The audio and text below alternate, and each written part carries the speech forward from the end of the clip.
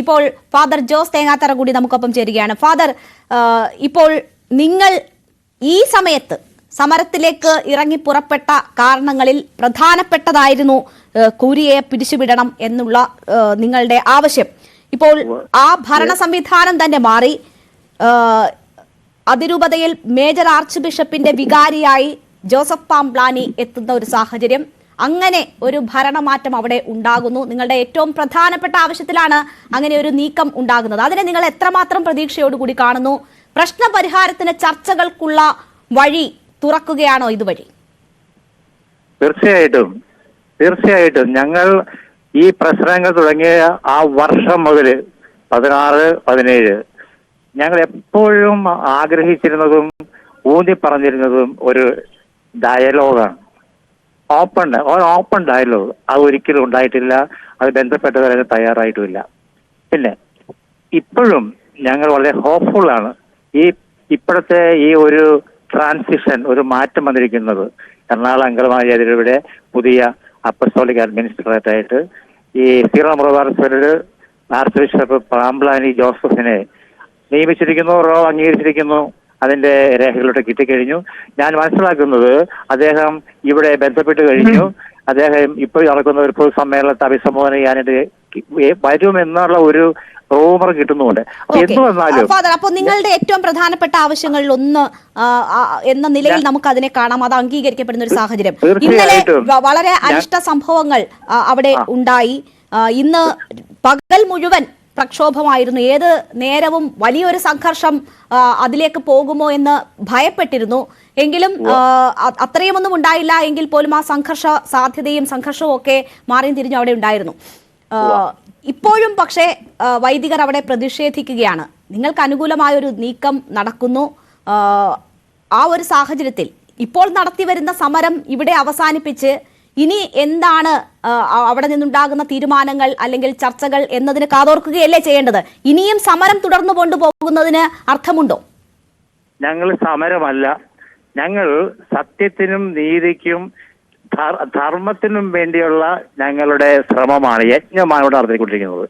അതും non violent ആയിട്ടുള്ള ക്രിസ്തീയമായിട്ടുള്ള means, ഉപാധികൾ ഉപയോഗിച്ചുകൊണ്ട്. മെയിൻലി ഞങ്ങളുടെ ഉപവാസവും പ്രാർത്ഥനയുമാണ് ഞങ്ങളുടെ മീൻസ്, മാർഗങ്ങൾ. ഞങ്ങൾ ഒരു സമരത്തിനും ഒരു പ്രതിഷേധത്തിനും ഞങ്ങൾ പോയിട്ടില്ല, പോവുകയുമില്ല. ഇപ്പോഴും ഈ 21 മൃഗങ്ങളെ പോലെ വലിച്ചിഴക്കപ്പെട്ട പോലീസിന്റെ അതിക്രമങ്ങൾക്ക് ഇരയായ ആ വൈദികരും ഇവിടുത്തെ സന്യസ്തരും വൈദികരും അൽമായ വിശ്വാസികളും അവിടെ ബിഷപ്സ് ഹൗസിന്റെ കോമ്പൗണ്ടിൽ ഇരുന്ന് പ്രാർത്ഥിക്കുകയാണ്. അവിടെ പോലീസും പട്ടാളവും ഒക്കെ ഞങ്ങളെക്കാൾ കൂടുതൽ പോലീസ് ഈ കോട്ടയാട്, ഈ മുറ്റത്ത്, ഈ പരിസരത്തുണ്ട്. അപ്പൊ ഞങ്ങളെ സംബന്ധിച്ചിടത്തോളം ഞങ്ങളുടെ ക്രിസ്തീയമായിട്ടുള്ള മാർഗങ്ങൾ വെടിഞ്ഞ് മറ്റൊരു മാർഗം ഞങ്ങൾ ഒരിക്കലും അഡോപ്റ്റ് ചെയ്യുകയില്ല. ഞങ്ങളുടെ ശൈലിയല്ലത്.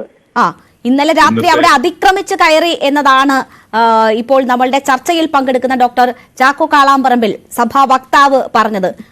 നിങ്ങൾക്ക് കൂടി അവകാശപ്പെട്ട ഇടമാണ് എന്ന് ഞാൻ സൂചിപ്പിച്ചപ്പോൾ അവിടെ അങ്ങനെ അല്ലല്ലോ പ്രവേശിക്കേണ്ടത് എന്ന് പറഞ്ഞു. അപ്പോൾ മനഃപൂർവ്വം ഒരു സംഘർഷത്തിലേക്ക് കാര്യങ്ങൾ കൊണ്ടുപോകാനുള്ള പ്രത്യേക താല്പര്യത്തോടു കൂടി നിങ്ങൾ ഇടപെടുന്നു എന്നതാണ് ചൂണ്ടിക്കാണിക്കപ്പെടുന്നത്. മാഡം, ഞങ്ങള് ഇടവക വൈദികർ, രൂപതാ വൈദികർ എന്ന നിലയിൽ ഞങ്ങള് വിശ്വാസികളുമായിട്ട് നിത്യ സമ്പർക്കത്തിലാണ്, അജപാലകരാണ് ഞങ്ങള്.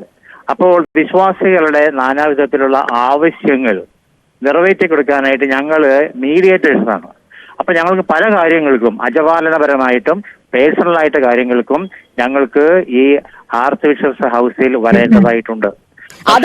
അത് രാത്രി അതിക്രമിച്ച് കയറി, അത് മതില് ചാടിക്കടന്നു എന്നാണ് അദ്ദേഹം ഉപയോഗിച്ച വാക്ക്. അങ്ങനെയാണ് വെക്കേണ്ടത്. നിങ്ങൾ അവിടെ സമാധാനപരമായി പ്രാർത്ഥനായജ്ഞം നടത്തുകയാണ് എങ്കിൽ രാത്രി അങ്ങനെ ഒരു സമയം, ആ ഒരു അവസരം അതിന് ഉപയോഗപ്പെടുത്തണോ? രാത്രി ആരും മതിൽ ചാടി കയറിയിട്ടില്ല. ഞങ്ങൾ നേരായ വഴിയിലൂടെ മാത്രമാണ് ഈ വൈദികർ 21 പേരും ഞങ്ങൾ മാത്രം. വൈദികൻ പറയുന്നത് ശരിയാണെങ്കിൽ ഈ ബിഷപ്പ് ഹൗസിന്റെ ഗേറ്റിലൂടെ അല്ലാതെ അവിടുത്തെ അടുത്ത സ്കൂളിലെയും കടലിലൂടെയും എൻട്രൻസിലൂടെ അവിടെ പ്രവേശിച്ചതിനെ അദ്ദേഹം ന്യായീകരിക്കുകയാണോ? അല്ലല്ല, ഞങ്ങൾക്ക് main door police securities lock ചെയ്ത് നിഷേധിച്ചതുകൊണ്ട് ഞങ്ങൾ സൈഡിലുള്ള പിന്നെ ഞങ്ങളുടെ മറ്റൊരു സ്ഥാപനത്തിന്റെ സൈഡ് സെയിം കോമ്പൗണ്ടിലാണ് സെപ്പറേറ്റ് ബിൽഡിംഗ് ആണെന്നേ ഉള്ളൂ. സൈഡിലുള്ള പിന്നെ ഗേറ്റിലൂടെയാണ് ഞങ്ങൾ ആ വൈദികർ പ്രവേശിച്ചത്. അതുകൊണ്ട് ആരും മതിൽ ചാടി അതിനുശേഷം അവിടെയുള്ള വൈദികരെ അവിടെയുള്ള എല്ലാ റൂമുകളും ലോക്ക് ചെയ്ത് അവിടെയുള്ള ഗേറ്റുകളെല്ലാം പൂട്ടി അവിടെയുള്ള വൈദികർക്ക് ഭക്ഷണം നിഷേധിക്കുന്നതൊക്കെ ഒരു വൈദികർക്ക് ചേർന്ന പ്രവൃത്തിയായിട്ടാണോ വൈദികൻ കരുതുന്നത്? ഇവിടെ പ്രവേശിച്ച ഒരു വൈദികനും ഈ പറഞ്ഞിട്ടുള്ള പ്രവർത്തികൾ ചെയ്തിട്ടില്ല. അങ്ങനെ സംഭവിച്ചിട്ടുണ്ടെങ്കിൽ ഇവിടുത്തെ ക്രിമിനൽ കൂരിയായുടെ പ്രവൃത്തി ആക്ഷൻ മാത്രമാണ്. ശരി, ഞാൻ രണ്ടുപേരിലേക്കും തിരിച്ചെത്താം.